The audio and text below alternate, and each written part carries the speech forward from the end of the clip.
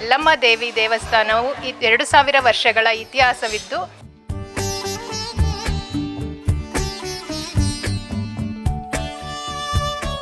ಈ ಕಾರ್ಯಕ್ರಮಕ್ಕೆ ನಿಮ್ಗೆ ಯಾರೆಲ್ಲ ಸಹಾಯ ಮಾಡಿದ್ದಾರೆ? ನಮಗೆ ಮೊದಲನೇ ಸಹಾಯ ತಾಯಿ ಮತ್ತು ಗುರುಗಳ ಸಹಾಯ.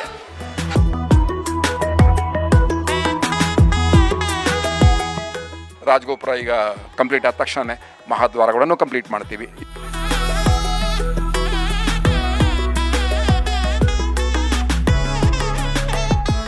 ವಾರ್ಷಿಕೋತ್ಸವಕ್ಕೆ ನೀವು ಏನೆಲ್ಲ ಸಿದ್ಧತೆಯನ್ನು ಮಾಡ್ಕೊಂಡಿದ್ದೀರಾ? ಭಕ್ತಾದಿಗಳಿಗೆ ಯಾವ ಥರ ವ್ಯವಸ್ಥೆ ಮಾಡಿಕೊಡ್ತಾ ಇದ್ದೀರಾ? ರಾಜಗೋಪುರದ ಕುಂಭಾಭಿಷೇಕಕ್ಕೆ ಅದನ್ನು ವಿಜೃಂಭಣೆಯಿಂದ ಮಾಡೋಣ.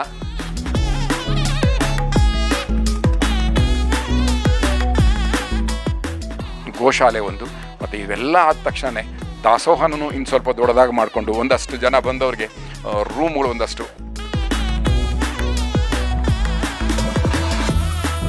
ಇನ್ನು ನಿಮ್ಮ ಕನಸು ಏನಿದೆ ಸರ್ ಈ ದೇಗುಲದ ಬಗ್ಗೆ? ಇನ್ನು ಏನೇನು ಮಾಡಬೇಕು ಅಂತ ಅಂದ್ಕೊಂಡಿದ್ದೀರಾ?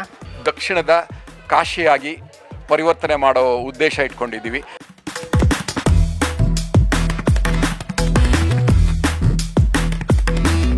ಆನೇಕಲ್ ತಾಲೂಕಿನ ಹೊರವಲಯದಲ್ಲಿ ಇರ್ತಕ್ಕಂತಹ ಪ್ರಸಿದ್ಧ ದೇವಾಲಯಗಳಲ್ಲಿ ಒಂದಾದಂತಹ ಶ್ರೀ ಯಲ್ಲಮ್ಮ ದೇವಿ ದೇವಸ್ಥಾನವು 2000 ವರ್ಷಗಳ ಇತಿಹಾಸವಿದ್ದು ಇವತ್ತು ಅದರ ಜೀರ್ಣೋದ್ಧಾರ ಕಾರ್ಯಕ್ರಮವು ನಡೀತಾ ಇದ್ದಿದೆ. ದೇವಸ್ಥಾನದ ಕಮಿಟಿಯ ಅಧ್ಯಕ್ಷರಾದಂತಹ ಸುರೇಶ್ ರೆಡ್ಡಿ ಅವರು ನಮ್ಮೊಂದಿಗಿದ್ದಾರೆ. ನಿಮಗೆ ಕಾರ್ಯಕ್ರಮಕ್ಕೆ ಸ್ವಾಗತ. ನಮಸ್ತೆ, ಥ್ಯಾಂಕ್ ಯು. ಸರ್, 1 ವರ್ಷದಲ್ಲೇ ಈ ಜೀರ್ಣೋದ್ಧಾರ ಕಾರ್ಯಕ್ರಮಗಳು ನಡೆದಿದೆ. ಈ ಕಾರ್ಯಕ್ರಮಕ್ಕೆ ನಿಮ್ಗೆ ಯಾರೆಲ್ಲ ಸಹಾಯ ಮಾಡಿದ್ದಾರೆ? ನಮಗೆ ಮೊದಲನೇ ಸಹಾಯ ತಾಯಿ ಮತ್ತು ಗುರುಗಳ ಸಹಾಯ. ಇವರಿಬ್ಬರು ಇಲ್ಲ ಅಂತ ಹೇಳಿದರೆ ನಮ್ಮದೆಲ್ಲ ಏನೂ ಇಲ್ಲ. ಅವರಿಬ್ಬರು ಸಹಾಯದಿಂದ, ಅವರಿಬ್ಬರು ಆಶೀರ್ವಾದದಿಂದ, ಮತ್ತು ಸುತ್ತಮುತ್ತಲಿನ ಗ್ರಾಮದ ಗ್ರಾಮಸ್ಥರು ಮತ್ತು ಈ ನಮ್ಮ ಟ್ರಸ್ಟಿನ ಎಲ್ಲ ಪದಾಧಿಕಾರಿಗಳು ರಾತ್ರಿ ಹಗಲು ಒಂದಿರ ಶ್ರಮವಹಿಸಿ ಈ ದೇವಸ್ಥಾನ ನಿರ್ಮಾಣ ಮಾಡಿದ್ದೀವಿ. ಈ ಒಂದು ಪ್ರಾಕಾರನ 1 ವರ್ಷದಲ್ಲಿ ಕಂಪ್ಲೀಟ್ ಮಾಡಿ ಒಂದೇ ವರ್ಷಕ್ಕೆ ಜೀರ್ಣೋದ್ಧಾರ ಮಾಡಿ ತಾಯಿನ ಪ್ರತಿಷ್ಠಾಪನೆ ಮಾಡಿದ್ವಿ.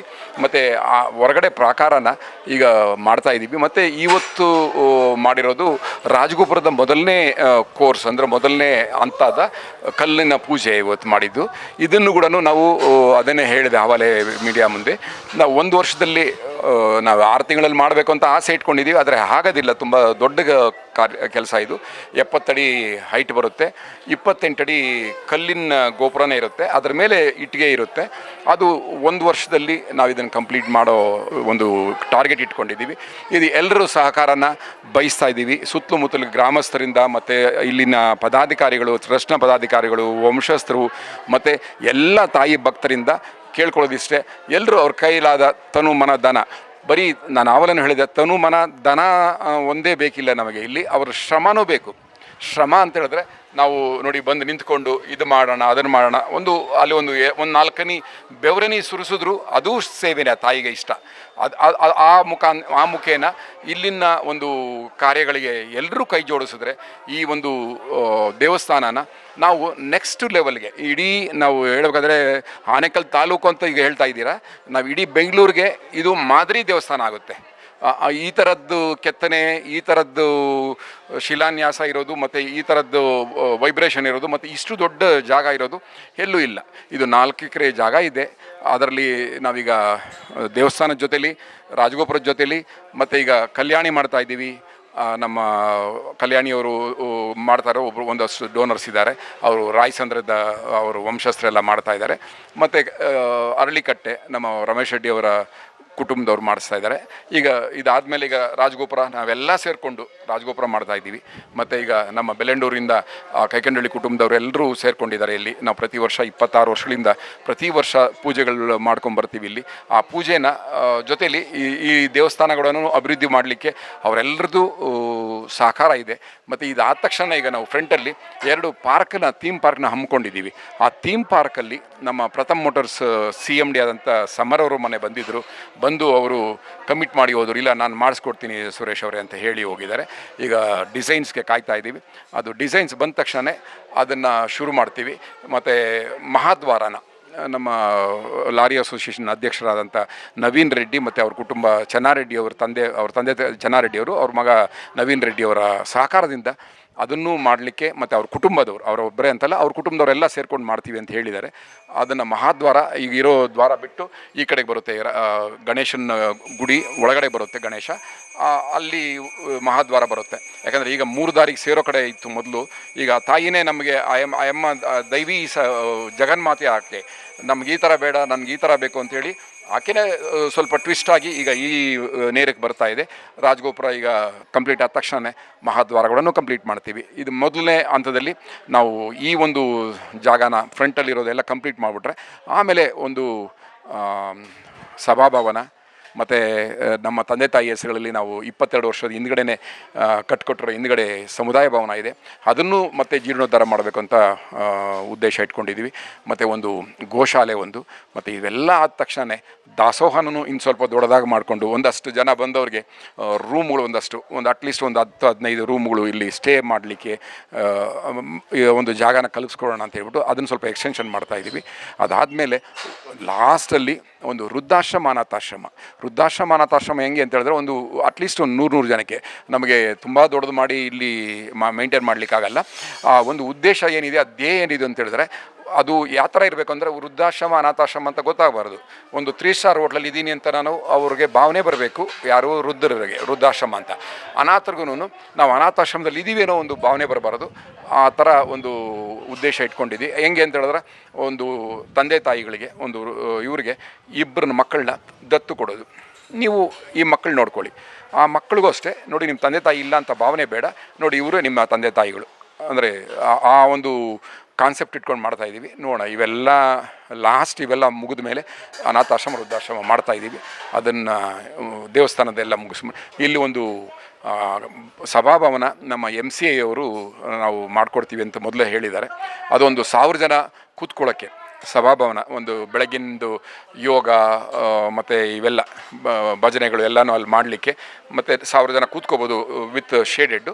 ಏನಾದರೂ ಏನು ಪ್ರೋಗ್ರಾಮ್ಸ್ ಇಲ್ಲ ಅಂದರೆ ಅದನ್ನು ಪಾರ್ಕಿಂಗ್ ಅಂತ ಯೂಸ್ ಮಾಡ್ಕೊಳ್ಳೋಕ್ಕೆ ಉದ್ದೇಶ ಇಟ್ಕೊಂಡಿದ್ದೀವಿ. ಎಲ್ಲನೂ ಸುಸೂತ್ರವಾಗಿ ನಡೆದರೆ ಇದೆಲ್ಲ ಒಂದು 3 ವರ್ಷದಲ್ಲಿ ಎಲ್ಲ ಕಂಪ್ಲೀಟ್ ಆಗುತ್ತೆ. ಬಟ್ ಗೋಪುರ ಮಾತ್ರ ನೆಕ್ಸ್ಟ್ ಇಯರ್ ಒಳಗಡೆ ನಾವು ಕಂಪ್ಲೀಟ್ ಮಾಡೋ ಧ್ಯೇಯ ಇಟ್ಕೊಂಡಿದ್ದೀವಮ್ಮ. ಈ ಗುರುಗಳು ಜೀವಂತ ಸಮಾಧಿಯಾಗಿರೋ ನಮ್ಮ ಜ್ಯೋತಿರ್ಲಿಂಗ ಸ್ವಾಮಿ ಗುರುಗಳು ಅಲ್ಲಿ ಸಮಾಧಿಲಿರೋರು, ಅವರು ಜೀವಂತ ಸಮಾಧಿಯಾಗಿರೋರು. ಅವರು ಪ್ರತಿಷ್ಠಾಪನೆ ಮಾಡಿದ್ದಂಥ ದೇವರನ್ನ ನಾವು ಪುನರ್ ಪ್ರತಿಷ್ಠಾಪನೆ ಈಗ ಮಾಡಿದ್ದೀವಿ. ಅವರು ಇಲ್ಲಿ ಆ ಮರದ ಕೆಳಗಡೆ 45 ದಿವಸ ಈ ಥರ 2 ಹೆಬ್ಬೆಟ್ಟಲ್ಲಿ ನಿಂತ್ಕೊಂಡು ತಪಸ್ ಮಾಡಿ ಅವರು ಪ್ರತಿಷ್ಠಾಪನೆ ಮಾಡಿದ್ದು ಅವರು ಕೇಳಿದಾಗ ಪ್ರತಿಷ್ಠಾಪನೆ ಮಾಡಿ ಹೋಗ್ಬಿಡ್ತೀರಲ್ಲ, ಯಾರು ನೋಡ್ಕೊಳ್ತಾರೆ ನನಗೆ ಎಂದಾಗ, ಇಲ್ಲಮ್ಮ ನಾನೇ ನಾನು ಜೀವಂತ ಸಮಾಧಿ ಆಗ್ತೀನಂತ ಜೀವಂತ ಸಮಾಧಿಯಾಗಿ ಅವರು ಈಗ ದಿನ ಸಾಯಂಕಾಲ ರಾತ್ರಿ ಪ್ರದಕ್ಷಿಣೆ ಬರ್ತಾ ಇದ್ದಾರೆ. ಪ್ರದಕ್ಷಿಣೆ ಬಂದು ಇಲ್ಲಿಂದೆಲ್ಲ ಹೋಗುಗಳು ನೋಡ್ತಾ ಇದ್ದಾರೆ. ಹುಮ್ಮಸ್ಸು ಬರಬೇಕಾದ್ರೆ ಅಥವಾ ಇಷ್ಟು ಕೆಲಸ ಫಾಸ್ಟಾಗಿ ಆಗಬೇಕಾದ್ರೆ ಆ ಗುರುಗಳು ಮತ್ತು ತಾಯಿ ಮತ್ತು ನಮ್ಮ ಎಂಟೈರ್ ಟೀಮು ಇಲ್ಲಿ ಭಾಗಿಯಾಗಿ ಮಾಡ್ತಾ ಇದ್ದೀವಮ್ಮ. ಇದೇ ಜುಲೈ 9 ಮತ್ತು 10ರಂದು ವಾರ್ಷಿಕೋತ್ಸವ ನಡೀತಾ ಇದೆ. ಸೊ ಈ ವಾರ್ಷಿಕೋತ್ಸವಕ್ಕೆ ನೀವು ಏನೆಲ್ಲ ಸಿದ್ಧತೆಯನ್ನು ಮಾಡ್ಕೊಂಡಿದ್ದೀರಾ? ಭಕ್ತಾದಿಗಳಿಗೆ ಯಾವ ಥರ ವ್ಯವಸ್ಥೆ ಮಾಡಿಕೊಡ್ತಾ ಇದ್ದೀರಾ? ಇಲ್ಲ, ಈ ವರ್ಷ ವಾರ್ಷಿಕೋತ್ಸವ ಅನ್ನೋದಕ್ಕಿಂತ ವಾರ್ಷಿಕೋತ್ಸವ ಮಾಡಬೇಕು, ಆದರೆ ತುಂಬ ವಿಜೃಂಭಣೆಯಿಂದ ಮಾಡೋ ಉದ್ದೇಶ ಇಲ್ಲ. ಮಾಡಬೇಕು, ಪ್ರತಿ ವರ್ಷ ಮಾಡಿದಾಗೆ ನಾವು ಅದನ್ನು ಮಾಡ್ತೀವಿ. ಬಟ್ ಆದರೆ ದೀಪಾರ್ತಿಗಳೆಲ್ಲ ಮಾಡಿದ್ದೀವಿ. 1ನೇ ತಾರೀಕು ಸುಮಾರು 10,000 ಜನ ಬಂದಿದ್ದರು, 5,000 ದೀಪಾರ್ತಿಗಳನ್ನ ತೊಗೊಂಬಂದಿದ್ರು. ಅಷ್ಟು ವಿಜೃಂಭಣೆಯನ್ನು ಮಾಡೋಕ್ಕಾಗಲ್ಲ. ಈಗ 500ರಿಂದ 1000 ಜನ ಎಕ್ಸ್ಪೆಕ್ಟೇಷನ್ ಇದೆ ವಾರ್ಷಿಕೋತ್ಸವಗಳನ್ನು. ಅದಾದಮೇಲೆ ವಾರ್ಷಿಕೋತ್ಸವ ಆದಮೇಲೆ ರಾಜಗೋಪುರದ ಕುಂಭಾಭಿಷೇಕಕ್ಕೆ ಅದನ್ನು ವಿಜೃಂಭಣೆಯಿಂದ ಮಾಡೋಣ ಅಂಥೇಳಿ ಉದ್ದೇಶ ಇಟ್ಕೊಂಡಿದ್ವಿ. ಮತ್ತು ಜಾತ್ರೆ ಬರುತ್ತೆ, ಮತ್ತು ನಮ್ಮ ಬೆಲ್ಲಂಡೂರು ಕೈ ಕುಟುಂಬದವ್ರ ಪೂಜೆಗಳು ಬರುತ್ತೆ.